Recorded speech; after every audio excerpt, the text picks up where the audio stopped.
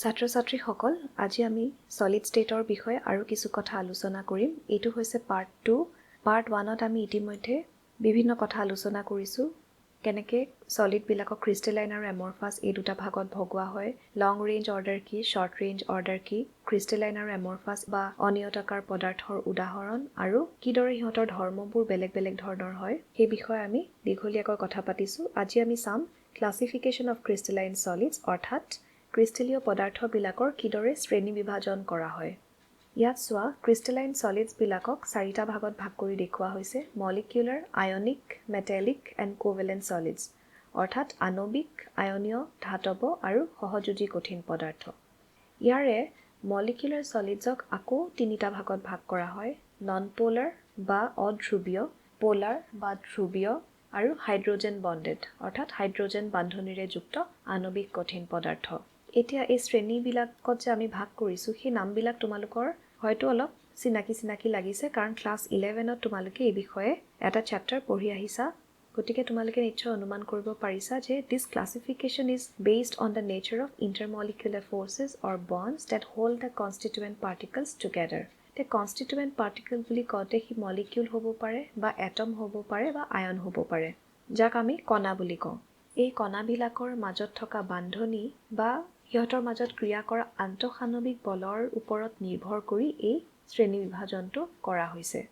এতিয়া ইন্টাৰমলিকুলাৰ ফৰ্সেস মানে কি হয়তো তোমালোকৰ মনত আছে বা কাৰোবাৰ নাই সেইকাৰণে মই আকৌ এবাৰ মনত পেলাই দিওঁ ইয়াতে চোৱা দুটা হাইড্ৰোজেন মলিকিউল দেখুওৱা হৈছে H2 মলিকিউল ইয়াৰে প্ৰত্যেকটো হাইড্ৰোজেন মলিকিউলত এডাল সলিড ব্লেক লাইন দেখুওৱা হৈছে সেইডাল হৈছে হাইড্ৰোজেন মলিকিউলটোত থকা কোভেলেন্ট বন্ড বা সহযোজী বান্ধনী এই কোভেলেন্ট বন্ডাল হৈছে ইন্ট্ৰামলিকুলাৰ অৰ্থাৎ মলিকিউলটোৰ ভিতৰত থকা বন্ড আনহাতে এই যিডাল ৰঙা ড্যাশ লাইন দেখুওৱা হৈছে দুটা মলিকিউলৰ মাজত সেইডালে ইন্টাৰমলিকুলাৰ ফৰ্স বুজাইছে ইন্টাৰমলিকুলাৰ মানে হৈছে মলিকিউল বিলাকৰ মাজত আন্তঃআণৱিককে এতিয়া এই নামকেইটা চাই তোমালোকে আৰু কিছু কথা অনুমান কৰিব পাৰিবা আয়নিক সলিডছত কি বন্ড থাকিব আয়নিক বন্ড থাকিব মেটালিক সলিডছত মেটালিক বন্ড থাকিব কোভেলেন্ট সলিডছত কোভেলেন্ট বন্ড থাকিব প্ৰশ্নটো হ'ল যে মলিকিউলাৰ সলিডছত কি থাকিব হেতু আমি চাও এতিয়া সো মলিকিউলাৰ সলিডছৰ বিষয়ে প্ৰথম কথা হৈছে যে molecules are the constituent particles of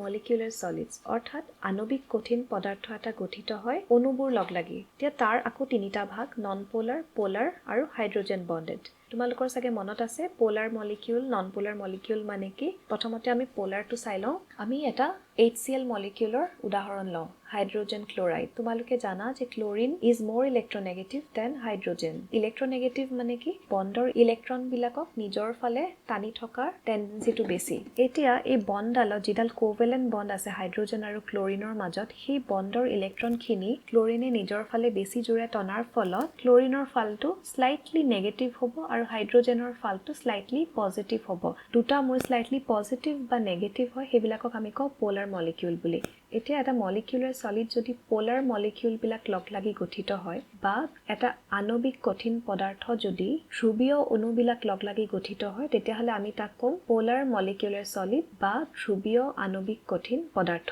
year example হ'ল HCl, SO2, etc. তাৰ বিপৰীতে what are non-polar molecular solids যদি কোভেলেন্ট বণ্ডালৰ ইলেক্ট্ৰন কেইটা পৰমাণু বিলাকে সমানে শেয়াৰ কৰে হাইড্ৰোজেন মলিকিউলটা সহযোজী বান্ধনীৰে গঠিত হয় তোমালোকে জানা তাত যিকেইটা ইলেক্ট্ৰন থাকিব সেই ইলেক্ট্ৰন কেইটা দুইটা হাইড্ৰোজেন পৰমাণুৱে সমানে ভাগ পায় গতিকে হেতু হৈছে নন পোলাৰ কোনো এটা এন্ড পজিটিভ বা কোনো এটা এন্ড নেগেটিভ নহয়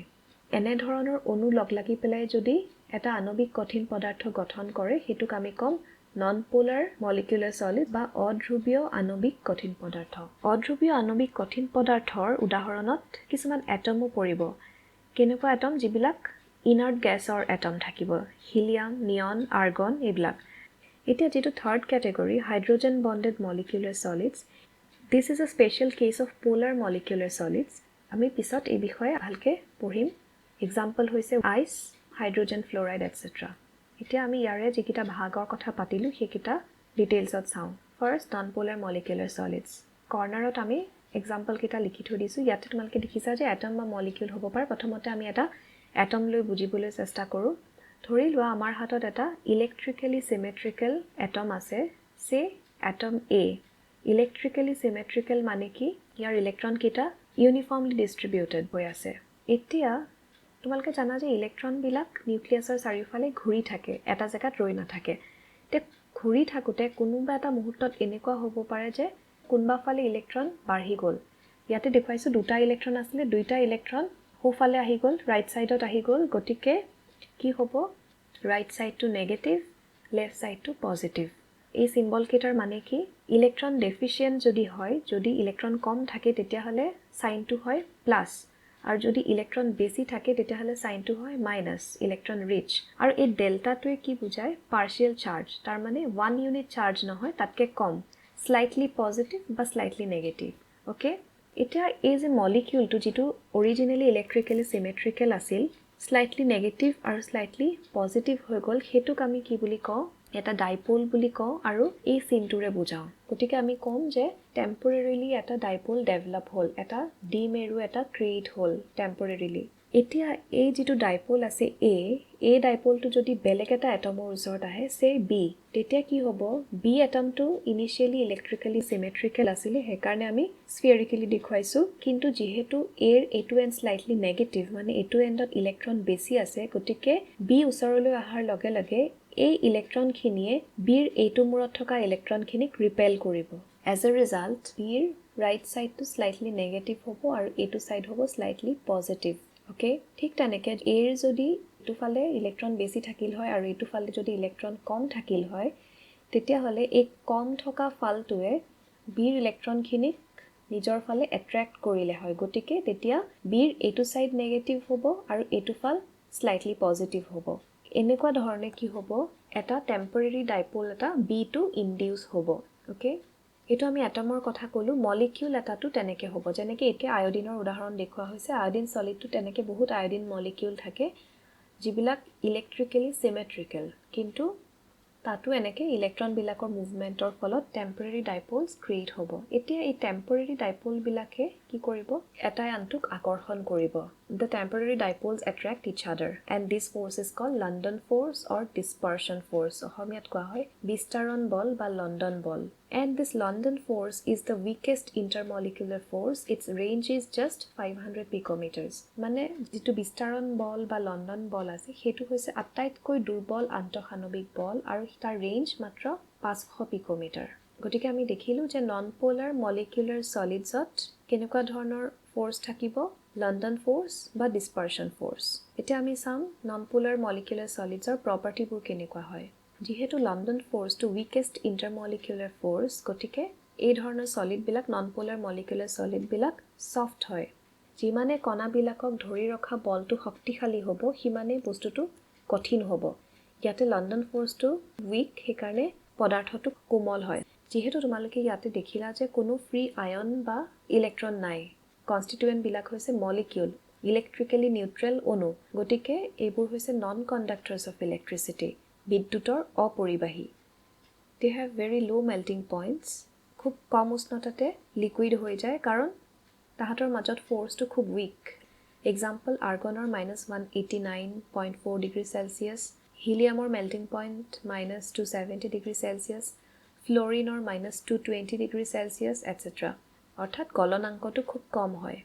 therefore they are usually in liquid or gaseous state at room temperature and pressure সাধাৰণ উষ্ণতা আৰু চাপত সাধাৰণতে গ্যাস বা জুলীয়া পদাৰ্থ হয় কিন্তু ইয়াতে তোমালোকে এটো এক্সাম্পল দেখিছিল আয়োডিনৰ এটো কথা মন কৰিবা যে iodine is a solid at room temperature and atmospheric pressure okay next category to hall polar molecular solids আমি আগতেই দেখিলো যে HCl moleculeত কি হয় ক্লোৰিনটো বেছি ইলেক্ট্ৰোনেগেটিভ it pulls the electrons towards itself more strongly গতিকে এই এনটো স্লাইটলি নেগেটিভ হয় আৰু এটো হাইড্ৰোজেনৰ এনটো স্লাইটলি পজিটিভ হয় গতিকে এই মলিকিউলটোত এটা পাৰ্মানেন্ট ডাইপোল থাকে এটা ডিমেৰু থাকে পাৰ্মানেন্টলি আগৰটোত আছিল যে ইলেক্ট্ৰনখিনি কোনবাটা মুহূৰ্তত একফালে বেছি হৈ গল কাৰণে তাত এটা ডাইপোল এটা মোমেন্টাৰিলি ক্ৰিয়েট হৈছিল কিন্তু ইয়াত হেতু নহয় ইয়াতে ক্লোৰিনটো যেহেতু বেছি ইলেক্ট্ৰোনেগেটিভ হেতু ফাল সদায় স্লাইটলি নেগেটিভ আৰু এটো হাইড্ৰোজেনৰ ফালটো সদায় স্লাইটলি পজিটিভ এনেকুৱা বন্ধক আমি কওঁ ধ্ৰুৱীয় সহযোজী বান্ধনী বা পোলাৰ কোভেলেন্ট বন্ড এতিয়া এই ধ্ৰুৱীয় সহযোজী বান্ধনী বা পোলাৰ কোভেলেন্ট বন্ড থকা অণুবিলাকে লগ লাগি ধ্ৰুৱীয় আণৱিক কঠিন পদাৰ্থ গঠন কৰে ওকে ইয়াত কি ধৰণৰ ফ'ৰ্চ থাকিব ডাইপল ডাইপল ইণ্টাৰেকশ্যন দ্বিমেৰু দ্বিমেৰু আন্তঃক্ৰিয়া এই যে ডাইপলবিলাক থাকিব পাৰ্মানেণ্ট ডাইপলবিলাক যেতিয়া এটা ডাইপল আন এটা ডাইপলৰ ওচৰলৈ আহিব যেনেকৈ ইয়াত চোৱা এইটো HCl মলিকিউল এইটো HCl মলিকিউলৰ ওচৰলৈ আহিছে তেতিয়া এই স্লাইটলি নেগেটিভ আৰু স্লাইটলি পজিটিভ এণ্ডটোৰ মাজত আকৰ্ষণ হ'ব এই আকৰ্ষণটোক কোৱা হয় দ্বিমেৰু দ্বিমেৰু আন্তঃক্ৰিয়া বা ইংলিছত কোৱা হয় dipole dipole interaction and dipole dipole interaction is stronger than London forces গতিকে ইহঁতৰ প্ৰপাৰ্টিবিলাকো একৰ্ডিংলি অলপ বেলেগ হ'ব প্ৰপাৰ্টিবোৰ কি যে soft non conductors of electricity melting points are higher than those of non-polar molecular solids কিয় কাৰণ ডাইপল ডাইপল ইণ্টাৰেকশ্যনটো লণ্ডন ফ'ৰ্চতকৈ ষ্ট্ৰং হয় আগতে মই ক'লোঁ যে যিমানেই আন্তঃআণৱিক বলটো ষ্ট্ৰং হ'ব সিমানেই তাক গলাই পেলাই লিকুইড ষ্টেটত নিবৰ কাৰণে বেছি টেম্পাৰেচাৰ লাগিব গতিকে ইয়াত melting points are higher than those of non polar molecular solids গলনাংক অধ্ৰুৱীয় আণৱিক কঠিন পদাৰ্থৰ গলনাংকতকৈ বেছি and like non-polar molecular solids, most of these are gases or liquids under room temperature and pressure. সাধাৰণ উষ্ণতা আৰু চাপত এই polar molecular solid বিলাকো সাধাৰণতে গেছ বা জুলীয়া অৱস্থাত থাকে example HCl, KBr, NO2, SO2 etc. Next category to হ'ল hydrogen bonded molecular solids. Hydrogen bond can be defined as the attractive force which binds hydrogen atom of one molecule with the electronegative atom of another molecule. ইয়াতেও এডাল polar covalent bond থাকিব কিন্তু যেটো more electronegative element হেতু হ'ব fluorine, oxygen বা nitrogen. ইয়াতে কি হ'ব যে fluorine, oxygen বা nitrogenে ইলেক্ট্ৰনটো নিজৰ ফালে বেছি টানি থাকিব গতিকে এই এণ্ডটো স্লাইটলি নেগেটিভ হ'ব হাইড্ৰোজেনৰ এণ্ডটো স্লাইটলি পজিটিভ হ'ব এতিয়া এই স্লাইটলি পজিটিভ হাইড্ৰোজেন আৰু স্লাইটলি নেগেটিভ ফ্ল'ৰিনৰ মাজত এটা এট্ৰেক্টিভ ফ'ৰ্চ আকৰ্ষণ এটাই ক্ৰিয়া কৰিব যাক আমি ক'ম হাইড্ৰোজেন বণ্ড বুলি হাইড্ৰোজেন বান্ধনি ইয়াতে HF মলিকিউলটোৰ এক্সাম্পলটো দেখুওৱা হৈছে ইয়াতে চোৱা এই হাইড্ৰোজেন বণ্ডডালে কাৰ মাজত ক্ৰিয়া কৰিছে hydrogen atom of this molecule this HF molecule and the মোৰ ইলেক্ট্ৰনেগেটিভ এটম মানে ফ্ল'ৰিন অফ দ্য আদাৰ মলিকিউল অ'কে এতিয়া হাইড্ৰোজেন বণ্ডেড চলিডছৰ এটা খুব ভাল এক্সাম্পল হৈছে আইচ বৰফ বৰফত কি হয় ৱাটাৰ মলিকিউলবিলাক খুব শক্তিশালী হাইড্ৰোজেন বান্ধনিৰে যোজিত হৈ থাকে ইয়াতে চোৱা যিবিলাক ৰেড বল দেখুওৱা হৈছে সেইবিলাক হৈছে অক্সিজেন এটম আৰু যিবিলাক হোৱাইট সৰু সৰু বল দেখুওৱা হৈছে স্ফিয়াৰ সেইবিলাক হৈছে হাইড্ৰোজেন এটম তোমালোকে জানা যে ৱাটাৰ মলিকিউলত এটা অক্সিজেন এটম দুটা হাইড্ৰোজেন এটমৰ লগত কোভেলেণ্ট বণ্ডেৰে লগ লাগি থাকে এই যে ডটেড গ্ৰে লাইনবিলাক দেখুওৱা হৈছে সেইবিলাক হৈছে হাইড্ৰোজেন বণ্ড গতিকে এটা ৱাটাৰ মলিকিউলত এটা অক্সিজেন এটমৰ লগত ইয়াত দুডাল সলিড হোৱাইট লাইন থাকিব যি দুডাল হৈছে কোভেলেণ্ট বণ্ড আৰু দুডাল গ্ৰে লাইন দেখিবা with the hydrogen of another water molecule okay সেই দুডাল হৈছে হাইড্ৰোজেন বণ্ড ইয়াত তোমালোকে দেখিবা যে the hydrogen bonds are much longer than the covalent bonds আৰু সেইকাৰণে হাইড্ৰোজেন বণ্ডবিলাক কোভেলেণ্ট বণ্ডতকৈ উইকাৰ হয় তথাপিও ডাইপল ডাইপল ইণ্টাৰেকশ্যন আৰু লণ্ডন ফ'ৰ্চতকৈ কিন্তু হাইড্ৰোজেন বণ্ডটো ষ্ট্ৰং হয় সেইকাৰণে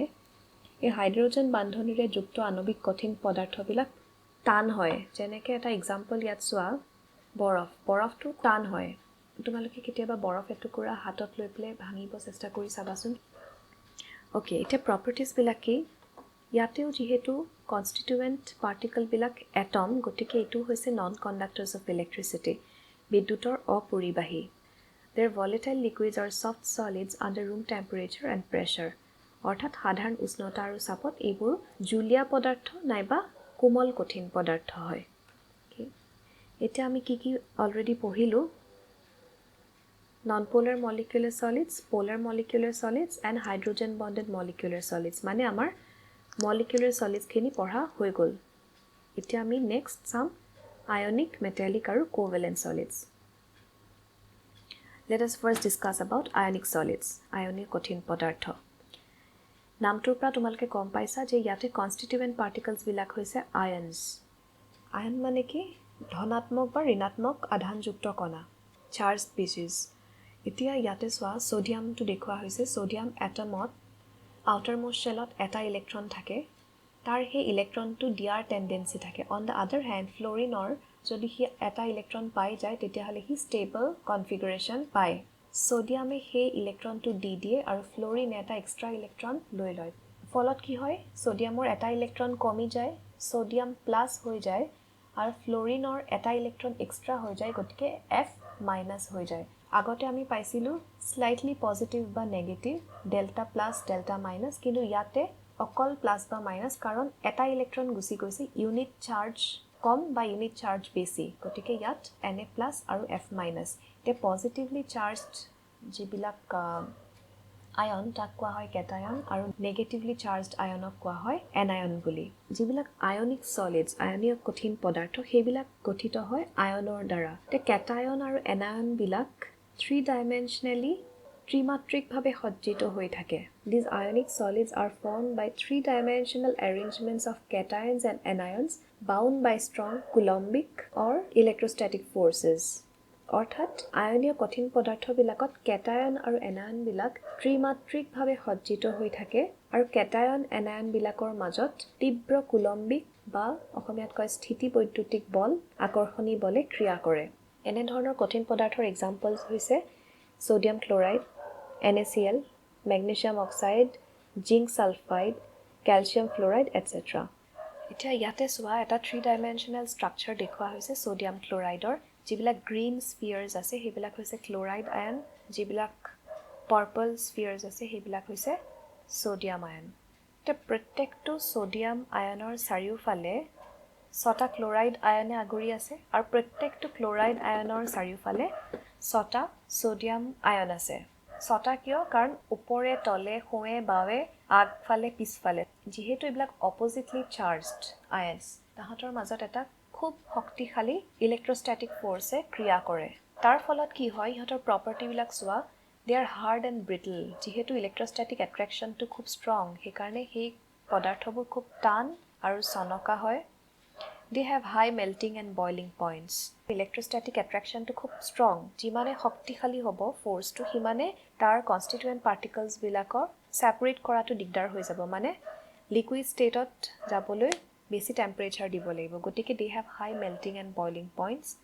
এতিয়া ইলেক্ট্ৰিক্যাল প্ৰপাৰ্টিটো কেনেকুৱা হ'ব তোমালোকে জানা যে solid stateত constituent particles বিলাক they have fixed positions they cannot move. So these ions cannot move in the solid state. যদিও ion হিহতে electricity carry কৰিব নোৱাৰে গতিকে in the solid state they are electrical insulators. কঠিন অৱস্থাত ইহতে বিদ্যুৎ পৰিবহন কৰিব নোৱাৰে. But in the molten state or in solutions they conduct electricity. দ্ৰৱত বা গলিত অৱস্থাত এই আয়ন বিলাক ফ্ৰী হৈ যায় হিহতে electricity বিদ্যুৎ পৰিবহন কৰিব পাৰে. The next category is metallic solids. So ইয়াতে metallic bonding থাকিব metallic bonding কেনেকুৱা metal atom বিলাকে প্ৰত্যেকটো এটমে এটা বা তাতকৈ বেছি ইলেক্ট্ৰন দি দিব আৰু সেই ইলেক্ট্ৰন বিলাক লগলাগে এখন ইলেক্ট্ৰনৰ সাগৰ সৃষ্টি কৰিব a sea of electrons আৰু তাত কি হ'ব ধনাত্মক আয়ন বিলাক নিৰ্দিষ্ট এটা ক্ৰমত সজ্জিত হৈ থাকিব ইয়াত হেতুকে লিখিছে যে metals are orderly collection of positive ions surrounded by and held together by a sea of free electrons ইয়াতে চোৱা ৰেড বিলাক যিবোৰ ৰঙা ৰঙা দেখিছা ঘূৰি আছে সেইবোৰ হৈছে ইলেক্ট্ৰনছ আৰু যিবিলাক গ্ৰে কালাৰৰ স্ফিয়াৰ আছে সেইবিলাক হৈছে পজিটিভ আয়নছ গতিকে মেটালিক সলিডছৰ কনষ্টিটুয়েন্টছ বুলি ক'লে আমি কি ক'ম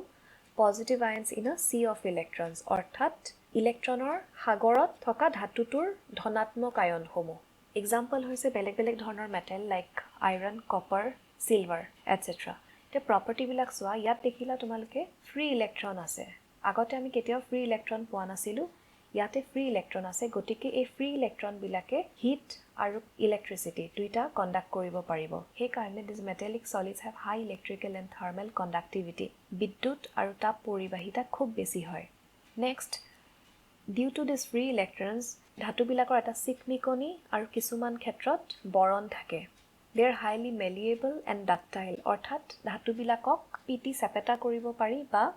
টানি দীঘল তাৰত পৰিণত কৰিব পাৰি The last category is covalent solids. There is covalent bonding and the constituent particles are atoms. So what happens here? There are covalent bonds between adjacent atoms throughout the crystal. They form giant molecules. অর্থাৎ কি হয় গোটেই ক্ৰিষ্টেলটোতে ওচৰা ওচৰি পৰমাণুবিলাকৰ মাজত সহযোজী বান্ধনি থাকে ফলত এটা বৃহৎ অণু গঠন হোৱা বুলি আমি ক'ব পাৰোঁ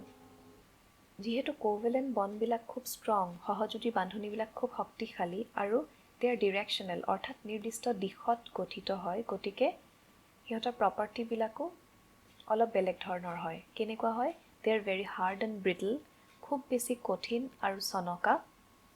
diamond is the hardest material on earth diamond হীৰাটো হৈছে আটাইতকৈ কঠিন পদাৰ্থ and they have high melting points and may even decompose before melting তোমালোকে জানা হীৰাৰ মেল্টিং পইণ্ট ডায়মণ্ডৰ melting point around 4000 degree Celsius আৰু 3 নম্বৰ ইলেক্ট্ৰিকেল প্ৰপাৰ্টি কি হ'ব যিহেতু ইয়াত কোনো ধৰণৰ ফ্ৰী ইলেক্ট্ৰন বা আয়ন নাই গতিকে they will be insulators they do not conduct electricity অৰ্থাৎ বিদ্যুতৰ অপৰিবাহী এতিয়া আমি ইয়াতে ডায়মণ্ডৰ গঠনটো চাওঁ হীৰাৰ গঠনটো চাওঁ কাৰ্বন এটম লগ লাগি ডায়মণ্ড গঠন হয় কাৰ্বনৰ ভেলেন্সি হৈছে 4 মানে কাৰ্বনে 4ডাল বণ্ড ফৰ্ম কৰিব পাৰে 4ডাল বান্ধনি গঠন কৰিব পাৰে ইয়াতে এটা পাৰ্টিকুলাৰ কাৰ্বন এটম আমি লৈ লওঁ এই কাৰ্বন এটমটোৰ চাৰিওফালে কেইডাল বণ্ড আছে চাওঁ 1 2 3 4 প্ৰত্যেকডাল বণ্ডেই হৈছে covalent bond and they are very strong যিহেতু প্ৰত্যেকটো কাৰ্বন এটম আন কাৰ্বন এটমৰ লগত 4ডাল সহযোজী বান্ধনিৰে বান্ধ খাই থাকে সেইকাৰণে হীৰাটো খুব বেছি কঠিন হয় অ'কে আৰু এইটোক আমি নেটৱৰ্ক ষ্ট্ৰাকচাৰ বুলিও ক'ব পাৰোঁ এতিয়া আমি প্ৰপাৰ্টি ডিছকাছ কৰোঁতে ক'লোঁ যে এই সহযোজী কঠিন পদাৰ্থবিলাক কোভেলেণ্ট ছলিডবিলাক খুব হাৰ্ড হয় সিহঁতে বিদ্যুৎ পৰিবহণ কৰিব নোৱাৰে কিন্তু তাৰ মাজতে এটা এক্সেপশ্যন আমি আলোচনা কৰিম এতিয়া গ্ৰেফাইটৰ কিছুমান এক্সেপশ্যনেল প্ৰপাৰ্টি আছে কেনেকুৱা ধৰণৰ exceptional property graphite is very soft and graphite conducts electricity ছফ্টটো তোমালোকে গমেই পোৱা কাৰণ পেঞ্চিলৰ ভিতৰত যিটো বস্তু থাকে এই ব্লেক পৰ্চনটো সেইটো হৈছে গ্ৰেফাইট আৰু সেইটো কিমান কোমল তোমালোকে দেখিছা এটা হীৰাটো ইমান টান গ্ৰেফাইটটো ইমান কোমল তাৰ কাৰণটো কি the reason is graphite structure okay in graphite carbon atoms are arranged in different layers অৰ্থাৎ গ্ৰেফাইটত কাৰ্বন পৰমাণুবিলাক তৰপে তৰপে সজ্জিত হৈ থাকে এই প্ৰত্যেকটো তৰপত কি হয় each atom is covalently bonded to 3 of its neighboring atoms in the same layer অৰ্থাৎ প্ৰত্যেকটো তৰপত একোটা কাৰ্বন এটম এটা কাৰ্বন পৰমাণু আন 3টা কাৰ্বন পৰমাণুৰ লগত সহযোজী বান্ধনিৰে বান্ধ খাই থাকে ইয়াতে আমি এটা কাৰ্বন এটম মাৰ্ক কৰি লওঁ ৰেড ক্ৰছ এটা দি এই কাৰ্বন এটমটোত কেইডাল বান্ধনি আছে চোৱা দিছ ইজ নম্বৰ 1 2 3 তিনিডাল কোভেলেণ্ট বণ্ডেৰে আন 3টা কাৰ্বন এটমৰ লগত যুজিত হৈ আছে আমি অলপ আগতে ক'লোঁ যে কাৰ্বনৰ ভেলেন্সি হৈছে 4 অৰ্থাৎ কাৰ্বনে 4ডাল বান্ধনি গঠন কৰিব পাৰে কাৰ্বনৰ আউটাৰমোষ্ট শেলত 4টা ইলেক্ট্ৰন থাকে এতিয়া যিটো 4th ইলেক্ট্ৰন সেই 4th ইলেক্ট্ৰনটো ক'ত যাব The 4th valence electron of each atom is present between different layers and is free to move about. অৰ্থাৎ যিটো চতুৰ্থ ইলেক্ট্ৰন থাকিব সেইটো কি থাকিব এই তৰপবিলাকৰ মাজত থাকিব আৰু ইলেক্ট্ৰনটোৱে ইফালে সিফালে গতি কৰি থাকিব পাৰে কোনো ফিক্সড পজিশ্যনত নাথাকে মেটেলিক ছলিডছৰ নিচিনা আমি ইয়াতে দেখিলোঁ যে ফ্ৰী ইলেক্ট্ৰন থাকে গতিকে গ্ৰেফাইটে ইলেক্ট্ৰিচিটি কণ্ডাক্ট কৰিব পাৰে The free electrons make graphite a good conductor of electricity. Next কথাটো হ'ল যে এই তৰপবিলাক যে দেখিছা তৰপবিলাক এটা আনটোৰ ওপৰেৰে পিছলি যাব পাৰে the layers can slide one over the other ফলত কি হয় গ্ৰেফাইট খুব কোমল হয় আৰু তাক লুব্ৰিকেণ্ট হিচাপত ব্যৱহাৰ কৰিব পাৰি পিছলকাৰক হিচাপত ব্যৱহাৰ কৰা হয় অ'কে এতিয়া আমি গোটেইকেইটা শ্ৰেণীৰ বিষয়ে পঢ়িলোঁ এতিয়া টেবল 1.2খন চোৱা তাত গোটেইখিনি কথাৰ চামাৰীখিনি দিয়া আছে যিখিনি কথা আমি ডিছকাছ কৰিলোঁ গোটেইখিনি কথা লিখা আছে এতিয়া ফাৰ্ষ্ট মলিকুলাৰ ছলিডছৰ 3টা ভাগ আৰু তিনিওটাৰে কনষ্টিটিউৱেণ্ট পাৰ্টিকলছ আছিলে মলিকিউলছ তাৰে নন পলাৰত থাকিব ডিছপাৰ্চন বা London force polar dipole interaction and hydrogen bonded molecular ছলিডছত থাকে হাইড্ৰজেন বণ্ডছ অ'কে এইবিলাক এক্সাম্পলছ যিহেতু লণ্ডন ফ'ৰ্চটো উইকেষ্ট আৰু ক্ৰমান্বয়ে ফ'ৰ্চটো ষ্ট্ৰং হৈ আহে হাইড্ৰজেন বণ্ডিং ইজ ষ্ট্ৰং গতিকে নন পলাৰবিলাক ছফ্ট হয় পলাৰবিলাক ছফ্ট হয় আৰু হাইড্ৰজেন বণ্ডেডবিলাক হাৰ্ড হয় এই গোটেইকেইটাতে কোনো ধৰণৰ ফ্ৰী ইলেক্ট্ৰন বা আয়ন নাছিলে কনষ্টিটিউৱেণ্টবিলাক আছিলে নিউট্ৰেল মলিকিউলছ গতিকে all of them are insulators and melting point low. Okay, গলনাঙ্ক com. Next আছিলে ionic solids, constituent ions. কেনেকুৱা ধৰণৰ force আছিলে? Coulombic or electrostatic. Examples আছে. They are hard because electrostatic attractions are very strong. আৰু যেহেতু আয়ন আছিলে কিন্তু কঠিন অৱস্থাত আয়নবিলাক একে ঠাইতে থাকে, they cannot conduct electricity, so they are insulators in solid state but conduct electricity in molten state or in solution. Okay, melting point high asile karon electrostatic forces are very strong. Tar pisot asile metallic solids, constituents, positive ions in a sea of delocalized electrons, metallic bonding, hard hoy kintu malleable and ductile hoy. Ar jehetu free electron thake, they are conductors in solid as well as in molten state. Our melting point fairly high. Okay, the last category was covalent or network solids. Tar constituent particles asle atoms, bonding asle covalent bonding. Tat ami duta dhoroner podarthor kotha pohisilu. Eta hoise khub hard jeneke diamond orthat hira, hebur hoise electrical insulators. Aru eta exception ami pohisilu graphite, jitu khub soft hoy aru electricity conduct kore karon tar structure to অলপ বেলেগ ধৰণৰ layered structure, layer বিলাকৰ মাজত free electrons থাকে, মানে মুক্ত electron থাকে যিবিলাকে বিদ্যুৎ পৰিবহন কৰিব পাৰে. কিন্তু এই দুইটা ধৰণৰ covalent solidsৰে melting point খুব high. Graphiteৰ খুব সম্ভৱ 3500 আৰু diamondৰ around 4000 degree Celsius. Okay, অসমীয়া কিতাপখনতো এই তালিকাখন দিয়া আছে. অসমীয়া মিডিয়ামৰ খিনি এখন তালিকা চাবা. Okay, thank you.